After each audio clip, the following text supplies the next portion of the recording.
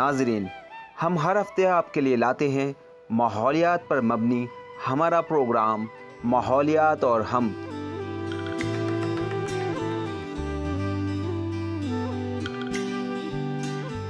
जिसमें हम आपको रूबरू कराते हैं ऐसे मौजू से जिसका ताल्लुक हमारी और आपकी ज़िंदगी से होता है। और इस हफ्ते हम आपके लिए लाए हैं एक ऐसा ही मौजू जिसके बारे में जानकारी होना बहुत ज़रूरी है।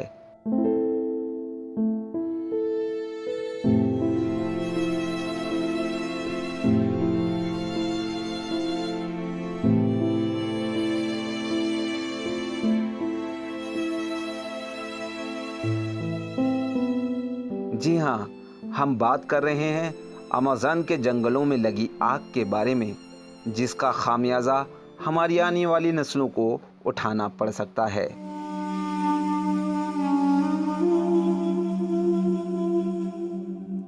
अमेज़न के जंगल ब्राज़ील समेत जनूबी अमेरिका के 8 मुल्कों में फैले हुए हैं। ये जंगल तकरीबन 670 मिलियन हेक्टेयर ज़मीन पर मौजूद हैं।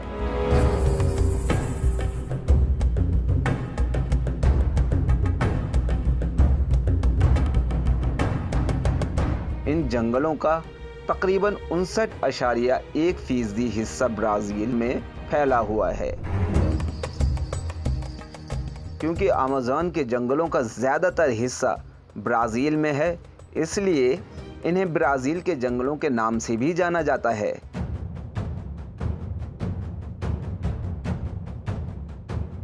अमेज़न के जंगलों को मानसूनी जंगलों के नाम से भी जाना जाता है। अकेले अमेज़न के जंगलों से पूरी दुनिया को तकरीबन 20% ऑक्सीजन की सप्लाई होती है, इसलिए इन्हें दुनिया के लंग्स या फेफड़े भी कहते हैं।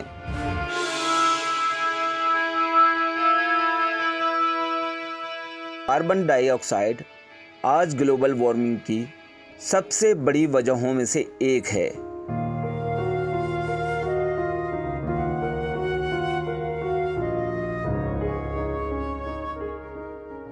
ये जंगल पूरी दुनिया में पैदा होने वाली कार्बन डाइऑक्साइड का तकरीबन 10% हिस्सा अकेले ही जज़्ब कर लेते हैं। इतना ही नहीं, बल्कि यहाँ तकरीबन 17 से 20% पीने के पानी के ज़राए भी मौजूद हैं।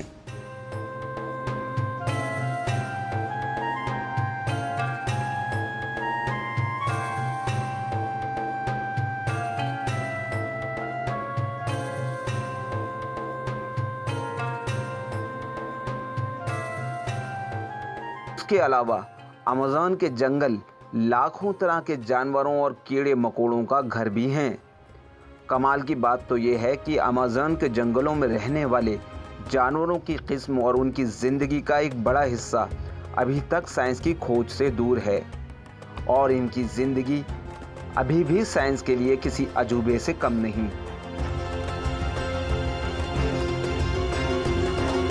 लेकिन दुख की बात यह है कि हर साल अमेज़न के जंगलों का एक बड़ा हिस्सा आग और इंसानी लालच की वजह से खत्म होता जा रहा है।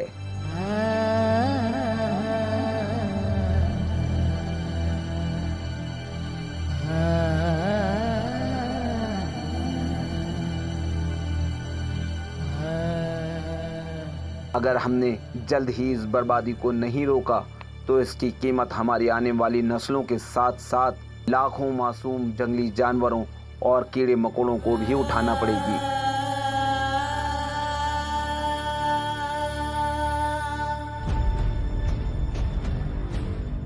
आज हम इसी बारे में अपने एक्सपर्ट से बात करेंगे और जानेंगे कि अमेज़न पूरी दुनिया के लिए क्यों ज़रूरी है और यहाँ के जंगलों में लगी आग हमारे लिए क्यों एक संजीदा मौजू है।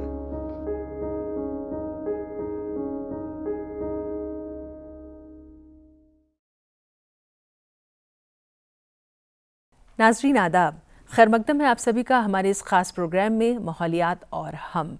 जैसा कि इसके नाम से आप अंदाज़ा लगा सकते हैं कि माहौल जिसमें जिस तरह की तब्दीलियाँ आ रही हैं, अगर मौसमियात के ताल्लुक़ से बात की जाए, दर्जा हरारत के लिहाज से बात की जाए, तो वक्त के साथ साथ बहुत कुछ ऐसा भी हो रहा है, बदल रहा है, घट रहा है, जिसमें से बहुत कुछ ऐसा जिसे नहीं होना चाहिए। और उसके लिए ज़रूरी है कि हम जागें, समझें और अभी से इस तरह की कोशिशें शुरू करें ताकि आने वाले वक्त के लिए एक फिर से सुंदर दुनिया जो है, खूबसूरत दुनिया तैयार हो सके। आपको याद होगा पिछले एपिसोड में हमने बात की थी अमेज़ॉन के जंगलों में जो आग लगी उसके बारे में। जहाँ तक जंगलों में आग लगने की बात है तो एक बहुत बड़ा मसला है जिससे हम सब दो चार हैं। उसी सिलसिले को आगे बढ़ाते हुए आज भी इसी पे हम बात करेंगे। हमारे साथ खास मेहमान, आइए तारुफ आपका करवाते हैं। सबसे पहले हमारे साथ सुधीर सचदेवा जी, जो एनवायरमेंट एक्टिविस्ट हैं, आपका बहुत बहुत खैर मकदम हमारे प्रोग्राम में। हमारे साथ हैं विजेंद्र सिंह जी, जो डिविजनल फॉरेस्ट ऑफिसर हैं करनाल हरियाणा से, आपका भी सर खैर मकदम है। और कर्नल प्रभजोत सिंह बिंद्रा, जो एनवायरमेंट एक्सपर्ट हैं, सर आपका भी इस्तकबाल करते हैं। तो आप ही लोगों से हमें याद है पिछली बार यही पैनल था जिनसे हमारी बातचीत रही थी अमेज़ॉन के जंगलों के बारे में। उसी सिलसिले को आगे बढ़ाते हैं और विजेंद्र सिंह जी, मैं आपसे शुरुआत करना चाहूँगी कि हम बात कर रहे हैं दुनिया की, जहाँ पे अमेज़ॉन में देखा कि जंगलों की जो सूरत हाल जिस तरह की सामने आई, लेकिन अब मैं थोड़ा सा अगर एक मिनट के लिए हिंदुस्तान के ताल्लुक़ से बात करूँ कि भारत में यहाँ भी हम देख रहे हैं बहुत वक्त से जो सरकार है उसकी भी कोशिश है कि भाई बेदारी मुहिम हो, लोगों में इस तरह की जो अवेयरनेस आए कि हमें जो अगर पराली की बात करें या वैसे भी जो हम बात करते हैं कि जंगलों को नहीं जलाना चाहिए। आपको लगता है कि हमारे यहाँ कुछ बदलाव आ रहा है? जी बिल्कुल आ रहा है। जो हमारे जंगलों के बारे में जो हमारी जो अवेयरनेस है, जो लोगों में जो फैल रही है, वो बहुत ज़्यादा है। अब स्कूल्स के टाइम से बच्चों को बताया जाता है कि आपके लिए जंगल क्यों इम्पोर्टेंट है, आपके लिए जो आबो हवा क्यों ज़्यादा ज़रूरी है, वो सब चीज़ें बच्चे भी सीख रहे हैं। और जो हमारा प्रैक्टिकल एक्सपीरियंस है फॉरेस्ट में, जो जंगल में रहने वाले लोग हैं, वो हमारी बड़ी मदद करते हैं। जंगल में यदि शुरुआत में हमें पता लग गया कि छोटे से एरिया में आग लगी है, हम उसको बड़ी इजीली, वन विभाग पूरे इंडिया का बड़ा मुस्तैद रहता है और मैं आपसे और चीज़ें भी शेयर करूंगा इस बारे में, लेकिन हम उसको शुरुआत में बुझा लेते हैं। इसके बाद थोड़ा सा ज़्यादा फैल रहा है, लेकिन हमें थोड़े से टाइम बाद पता लग जाती है, तो हम उसको एक भारत में एक बड़ी हमारी ट्रेडिशन है कि सभी जंगलों में एक फायर लाइन बनाई हुई है। फायर लाइन को हम हर साल मेंटेन रखते हैं कि उससे आगे आप आग बहुत जाएगी तो उसके बाद में उसको जलने का मटेरियल नहीं मिलता, हम उसको साफ़ करते हैं, तो वहाँ तक जाके हम उसको वहाँ कंट्रोल कर लेते हैं। इसके अतिरिक्त मैं थोड़ा सा आपसे शेयर करना चाहूँगा कि भारत के केस में अभी हमारे जो है टेक्नोलॉजी इतनी इम्प्रूव हो चुकी है कि हमारे जो इंस्टीट्यूट्स हैं फॉरेस्ट से रिलेटेड, वो इस चीज़ का ध्यान रखते हैं कि जंगलों के आसपास कहीं भी एबनॉर्मल टेम्परेचर बढ़ता है तो हमारे सैटेलाइट्स, जिसमें हम भारत आज के दिन विश्व में अब हमारा एक बहुत बड़ा स्थान है, हमें पता लग जाता है कि वहाँ पर एक आग की संभावना हो सकती है और इमीडिएटली जितने भी डीएफओज हैं या जो फॉरेस्ट ऑफिसर्स हैं उनको मैसेज चला जाता है कि आपके इस इलाके में एक संभावना है आग की, आप प्लीज चेक कीजिए। तो हम चीज़ों को उसको कंट्रोल कर लेते हैं और आम आदमी भी बहुत मदद करता है। आंखें और कान हैं हमारे, वो सूचना देते हैं कि जी वहाँ पर उस इलाके में आग लगने की है, और इमीडिएटली जब हम भी बुझाने जाते हैं तो वहाँ पर ना तो जंगलों में फायर ब्रिगेड जा सकती, ना कुछ और जा सकती है। वही लोग होते हैं, वही लोग हमारे साथ लग के तन मन धन से वही झाड़ियों को उखाड़ते हैं, साथ स्टाफ होता है, हम लोग होते हैं, उस आग को काबू पाते हैं और उसको फैलने से रोकते हैं। और भारत में मैं मान रहा हूँ कि पिछले कुछ सालों से या तो आग की घटनाएं लगभग उतनी ही हैं या फिर हमने कंट्रोल कर लिया है। हम भारत के मामले में और अमेजन को आज देख रहे हैं तो हम भारत में टेक्नोलॉजी जितनी भी है उसके हेल्प से मान रहे हैं कि हम उस जगह पे पहुंच गए हैं कि हम कंट्रोल कर पा रहे हैं। बिल्कुल। सुधीर जी, एक बात हमारे यहाँ यूं ही बहुत बार सुनने में आती है कि बच्चों को सिखाना हो या अपनी शख्सियत में बेहतरी के लिए हम कहते हैं कि भाई 5 रुपए का नोट आजकल हालांकि कम चलता है, लेकिन ऐसे कहा जाता है कि 5 रुपए का नोट भी अगर पानी में गिर जाए या मुड़ा हुआ कहीं मिल जाए या उसमें मिट्टी लग जाए तो उसको हम झाड़ लेते हैं, उठाते हैं और पर्स में या बैग में डाल लेते हैं। 5 रुपए के नोट की अहमियत हमें पता है, यानी उसको अगर कहा जाए कि इसको माचिस से आग लगा दो, आप नहीं लगाओगे। 5 रुपए के नोट की अहमियत हम जान रहे हैं, लेकिन अपनी ज़मीन की, पेड़ की, जंगल की अहमियत हम नहीं जान रहे हैं। तो मेरा घर अगर सेफ है उसके बाद मुझे पूरी दुनिया से मतलब नहीं है। ये जो जहनियत है इसको कहीं ना कहीं छेड़ने की ज़रूरत है, इसको बदलने की ज़रूरत है। क्या कहेंगे आप? देखिए, आज सोशल मीडिया इतना ज़्यादा पावरफुल हो चुका है, जंगल की आग से भी तेज़ी से फैलता है। तो आज बहुत सारे एक्टिविस्ट्स को इकट्ठा होने की ज़रूरत है। एक्टिविस्ट्स की कमी नहीं है, आज कमी है केवल एक विल की, कि जितने भी लोग हैं वो एक प्लेटफॉर्म पर आएं और प्रेशर बनाएं, ताकि सबसे पहले पॉलिटिकल विलिंगनेस, वर्ल्ड लेवल की विलिंगनेस जब आएगी तो अल्टीमेटली वो सीप इन करेगी बिल्कुल नीचे तक, आम आदमी तक भी जाएगा। कोई एक रूल बनाया जाता है, अगर सरकार सख्त होगी तो अपने आप सब सीधे हो जाएंगे। तो दूसरी बात की आपने 5 रुपए के नोट की, जी। उसकी वैल्यू कितनी है, तो मैं आपको बता दूं, आज अगर हम एक पेड़ उगाते हैं, ये एक पूरे जीवन की वेल्थ है। किसी एक Investment है। ऐसे पेड़ को जी। उगाना, उसको पूरी तरह से फलने फूलने में 20 साल 30 साल लग जाते हैं, और वो कई हजारों वर्ष तक भी जीने वाले हमारे पास ऐसे जंगल हैं। तो आज हमें उसकी अहमियत बतानी है कि आज पैसे की अहमियत जिसको लोग हम ज़्यादा समझ रहे हैं, उसकी वैल्यू नहीं है। वो उस पेड़ की वैल्यू शायद उससे कई गुना ज़्यादा होगी, उस सोने से भी कहीं ज़्यादा होगी, उस चांदी से ज़्यादा होगी, उस डायमंड से ज़्यादा और होगी, कई मायनों में क्योंकि ज़्यादा होगी। वो हमारी लाइफ को सेव कर रहा है।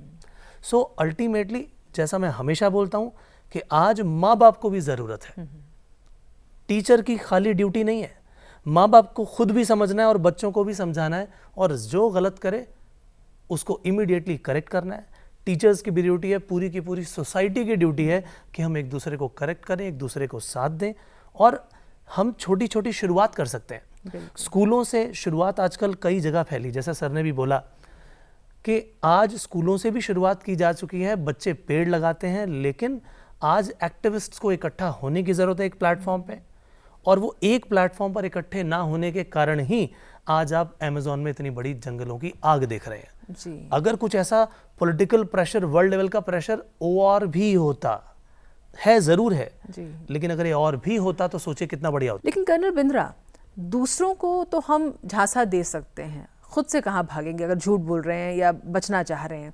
मैं आपसे जानना ये चाहूँगी कि डिस्कशंस होते हैं, कॉन्क्लेव्स होते हैं, समिट्स हो रहे हैं, सब कुछ ठीक है, सबका हम खैर मकदम करते हैं, वेलकम करते हैं, लेकिन आपको नहीं लगता कि एडुकेशन की जब बात आ रही है, अवेयरनेस की बात आ रही है, उसमें क्या ही अच्छा हो कि हमारे करिकुलम में हम कुछ इस तरह की चीज़ें जोड़ें कि एक साल या एक सेशन में 1 महीने के लिए, 15 दिन के लिए बच्चों को बाकायदा फील्ड्स में, खेतों में, जंगलों में लेके जाया जाए, जो स्पीशीज़ हैं उनसे अवेयर कराया जाए कि देखो कितने छोटे बड़े इस तरह के एक पूरा इकोसिस्टम काम कर रहा है। खेतों की अहमियत वो समझें कि ज़मीन की अदरवाइज़ भी हमारी ज़िंदगी में क्या अहमियत हो सकती है, वो किताबी नॉलेज से नहीं आने वाला है।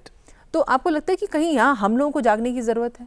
मैं बिल्कुल आपके साथ हूँ इस बात के ऊपर। सेंट कबीर पब्लिक स्कूल एक स्कूल है हरियाणा का, मैं उसमें देख रहा था बच्चों के टॉपिक्स बहुत सारे हैं जो हम अभी रिहाइश कर सकते हैं। जी। हम अभी भी औरंगजेब और मुगलों के बारे में पढ़ रहे हैं, उनको रिमूव करके एनवायरनमेंट के बारे में, जंगलों के बारे में ये चीज़ें हम डालें। लेकिन इसके लिए सीबीएसई और आईसीएसई बोर्ड्स को ज़रूरत है जागने की, ताकि वो लोग इन चीज़ों को करें। बट मैंने उस स्कूल में देखा, उन्होंने अभी से ये चीज़ें चालू कर दी हैं। छोटे छोटे लेसन उन्होंने बना के बच्चों को बताना शुरू कर दिया। ऑन ग्राउंड बच्चों को ग्राउंड पे ले जाया जाता है, पेड़ लगवाए जाते हैं। ये हर स्टेट ने शुरू कर दिया, अगर हर स्कूल ये शुरू कर दे कि स्कूलों की जो स्ट्रेंथ है बहुत पावरफुल है। छोटे बच्चे हम बड़ों से ज़्यादा जल्दी समझते हैं मैम, और अगर ये बच्चे शुरू कर दें इस चीज़ को, तो मैं नहीं समझता हूँ कि आने वाली पीढ़ी को ज़रूरत पड़ेगी ऐसे सेमिनार करने की या ऐसे समिट्स करने की। बच्चे अपने आप ही पेड़ लगा लेंगे, उनको मालूम होगा इसकी अहमियत का। और आपका कहना बिल्कुल सही है, जब तक जाएंगे नहीं जंगल में, बच्चे जब तक फार्म लाइफ देखी नहीं होगी उन्होंने, वो कैसे एंजॉय करेंगे, कैसे कंपैरिजन करेंगे शहर की लाइफ का और फार्म की लाइफ का। तो ये मेरे भी जहन में ये बात आती है कि अगर हमने बचपन में जंगल की लाइफ देखी तो क्या हमारे बच्चे देख पा रहे हैं? ये ज़रूरत है हम पेरेंट्स को जागने की, हम अपने बच्चों को लेके जाएं उन जंगलों में और दिखाएं उनको, ताकि ये बच्चों में भी जहन में बात आए कि यार ये जंगल में इतना बढ़िया होता है, जानवर होते हैं, इतनी बढ़िया हवा होती है, तारे देख पाते हैं हम लोग, तो शायद हमारा कल और अच्छा हो जाएगा। जी सुधीर जी, इसी बात को थोड़ा आगे लेकर चलें तो आज जैसे कि हम बात कर रहे हैं माहौलियात और हम अपनी बात देखें और माहौलियात की तो बात हो ही रही है। ये इस बात को थोड़ा सा और आगे लेके जाएं तो अगर 15 दिन 20 दिन बच्चे इकट्ठे होकर वहाँ रहेंगे तो एक कंफर्ट लेवल बनेगा, एक कनेक्ट, एक राब्ता कायम होगा, और ना सिर्फ आप उनकी अहमियत समझेंगे बल्कि आप ये भी समझेंगे कि हम साथ साथ भी चल सकते हैं, साथ साथ भी रह सकते हैं, बल्कि एक दूसरे को साथ में रख के और लुत्फानंदोज हो सकते हैं, ज़िंदगी का और बेहतर मज़ा ले सकते हैं। एक बहुत बढ़िया पॉइंट आप दोनों के डिस्कशन से निकल के आया, जो बैक ऑफ द माइंड था लेकिन सामने नहीं आया।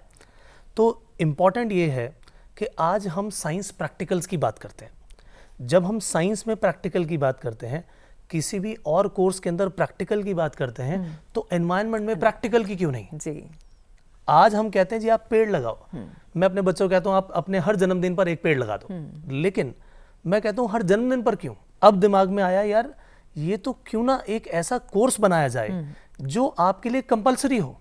जैसे एक होम कुकिंग का ऐसा कुछ कोर्स होता है जो कि लड़कियां जो है स्कूल में सीखती हैं, सब कुछ पकाना सिखाया जाता है। उसी तरह से प्रैक्टिकल ट्रेनिंग अगर ऐसी हो तो आप नेचर से जुड़ जाएंगे, और जैसा सर ने कहा बिंद्रा जी ने कि एक बार नेचर से जुड़ने के बाद आप उसको नुकसान नहीं पहुंचाएंगे, बिल्कुल, क्योंकि आपको इतनी प्यारी लगेगी हाँ। कि आप उसको नुकसान पहुंचाने का सोचेंगे भी नहीं।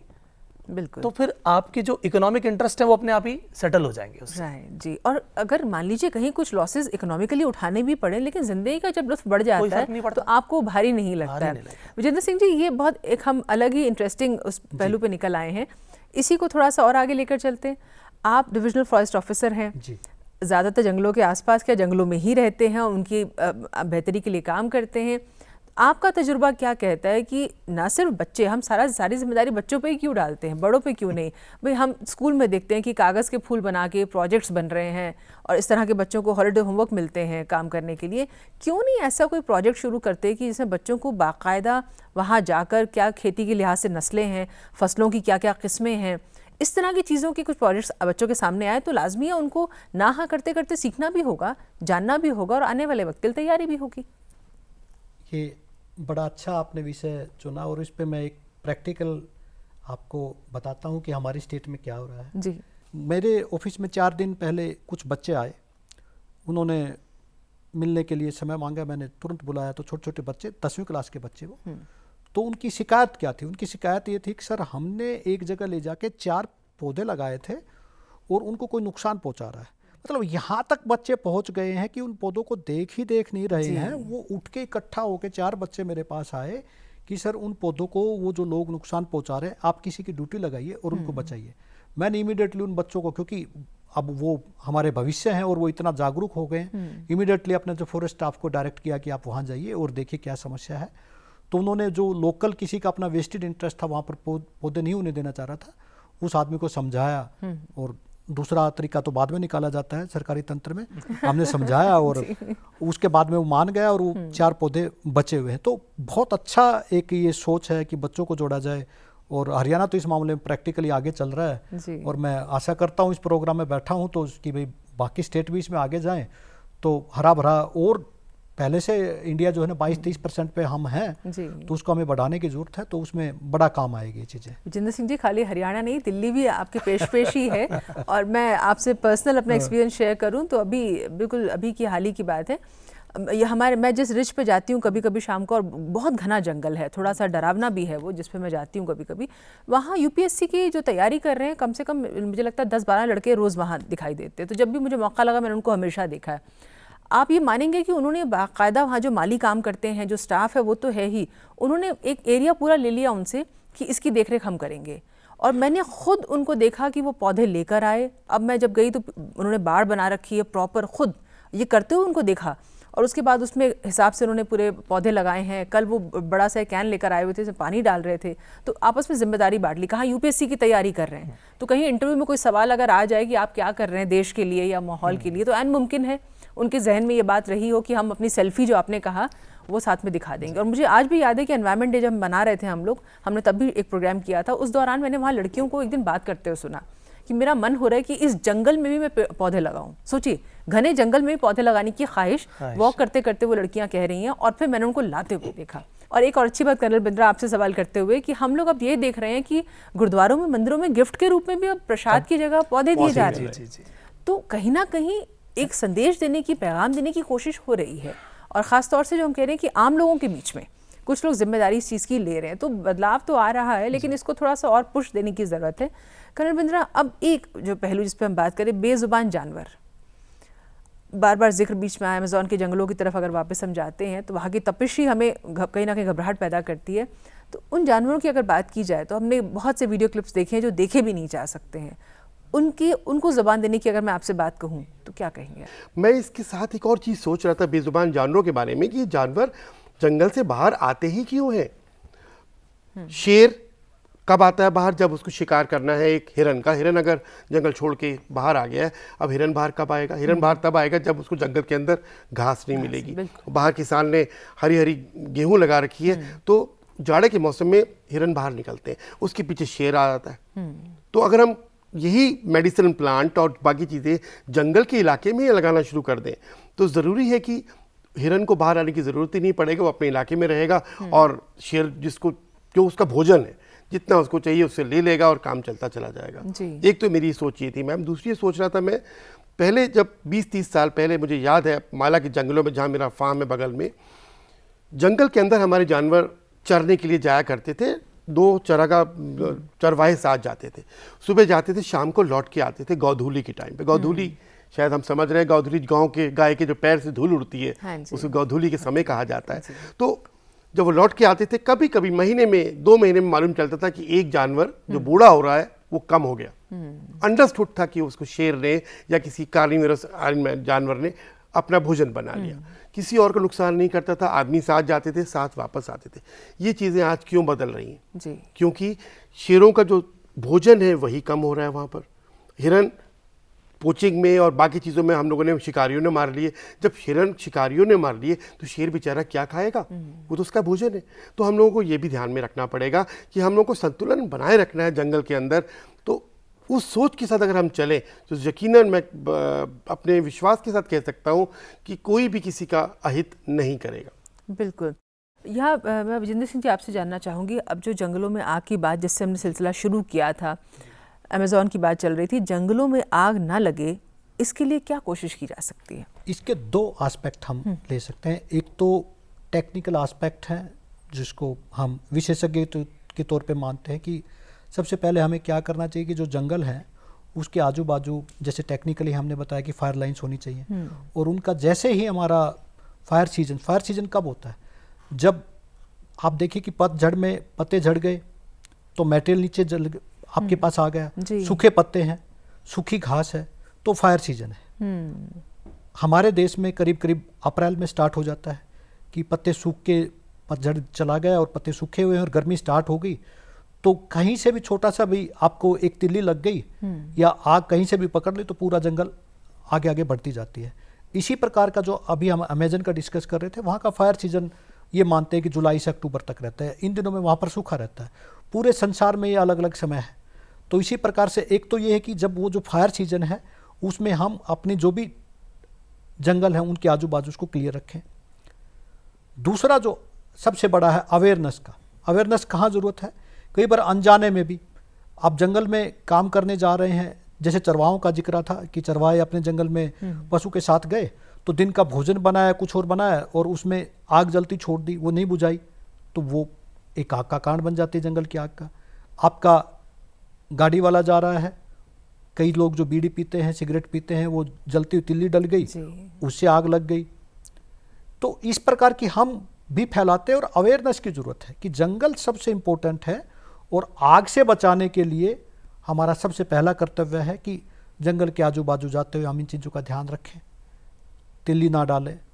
उसके बाद में जो जंगल में जो भी कोई उधर से जा रहा है, किसी कारण से मान लो कि उनको आग जलानी पड़ी तो उसको बुझाएं प्रॉपरली। और इसके अतिरिक्त सबसे बड़ी बात है कि कहीं पर भी हमें पता लग रहा है कि आग लग भी गई है तो उसको बुझाने में तुरंत जितनी जल्दी बुझा देंगे वो बुझ जाएगी। जितना डिले करते जाएंगे उसमें दिक्कतें आती जाएंगी। इसमें आम लोगों की सहभागिता के लिए हम लोग भी प्रयास करते हैं कि वो लोग जुड़ते हैं, वो उनकी एक सोसाइटीज़ बनाई जाती हैं, वो लोग ध्यान रखते हैं कि कब आग लग रही है तो तुरंत उस इलाके में पहुंच के पानी के साथ बुझाते हैं। कई बार मिट्टी के साथ, कई बार हम पेड़ों की टहनियाँ तोड़ते हैं, उनसे पीटते हुए उस चीज़ को बुझाया जाता है। तो ये 2 एस्पेक्ट मुझे लगता है कि अवेयरनेस बड़ा इशू है। यदि हम उसको लगने ही ना दें, सबसे पहला इशू है कि लगने ही ना दे, लोगों को इतना आप मोटिवेट रखें कि आजू बाजू के जंगल किसके हैं, जंगल किसके हैं, मालिक कौन है? सरकार कोई मालिक नहीं है, हम आम आदमी मालिक है। बिल्कुल। जंगल जो है आप सबके हैं, वहीं से लोग पत्ते लेके आते हैं, वहीं से रोजी रोटी चल रही है, वहीं पर आप जीवनदायिनी ऑक्सीजन मिल रही है, तो किसका हुआ? जी, खास तौर से जो उसके आसपास के लोग हैं उनका तो है ही हक सबसे पहले, हर सबसे तरह पहला से। हक है, तो सबसे पहला हक बुझाने में भी उनकी है। बिल्कुल। जिम्मेवारी भी है, आपका सब कुछ मिल रहा है तो आपकी ही जिम्मेवारी है कि आप उसको ना लगने दें, और लग भी गई और आपके नॉलेज में कभी भी आ रहा है तो आप उसको बुझाएं।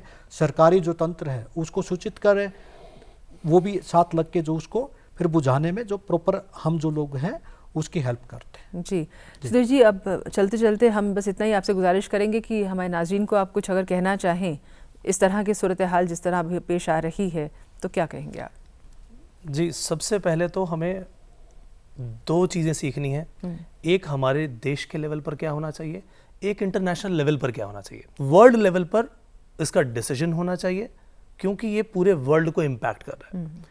और अगर हम अपने अगले लेवल पर देश की तरफ उतरते हैं तो हमें अपने देश पर सबसे पहले एक ग्रीन कंट्री बनाने का प्लान करना चाहिए। जी। तो सभी लोगों की सहभागिता की आवश्यकता है इसमें, और हर व्यक्ति इसमें अपना योगदान दे सकता है। बिल्कुल, तो बात चाहे भारत की हो या फिर पूरी दुनिया की, कुछ मसाइल ऐसे होते हैं जिनके बारे में इतना ही कहा जा सकता है कि धूप निकली है तो बादल की रिदा मांगते हो, धूप निकली है तो बादल की रिदा मांगते हो, अपने साए में रहो गैर से क्या मांगते हो। तो हम लोग अपनी जिम्मेदारी खुद समझें और इस बात को समझें कि हर चीज़ को लॉ या प्रोविज़न या पॉलिसी के ज़रिए हम लोग नहीं ठीक कर सकते हैं।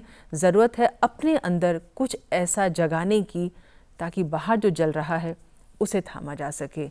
इसी दुआ के साथ कि ये जो कोशिशें हैं, काविशें हैं, वो रंग लाएंगी और पूरा माहौल जो है बेहतर होगा, ताकि आने वाली नस्लें न सिर्फ याद करें बल्कि हमें जो हमसे पहले के जो हमारे पूर्वज थे, जो हमारी पीढ़ियाँ थी, जो हमें दी गई हैं और हम उनका शुक्रिया अदा करते हैं, एक मिसाल हम भी कायम कर पाएँ। इसी दुआ के साथ हमारे सभी ख़ास मेहमानों का शुक्रिया अदा करना चाहेंगे। बहुत शुक्रिया आप सभी का, और नाज़रीन आपका भी हम शुक्रिया अदा करना चाहेंगे। इसी तरह से आप हमारा हौसला बढ़ाते रहिएगा, हमारे प्रोग्राम्स DD उर्दू पर देखते रहिएगा। फ़िलहाल के लिए हमारी पूरी टीम को दीजिए इजाज़त। आदाब।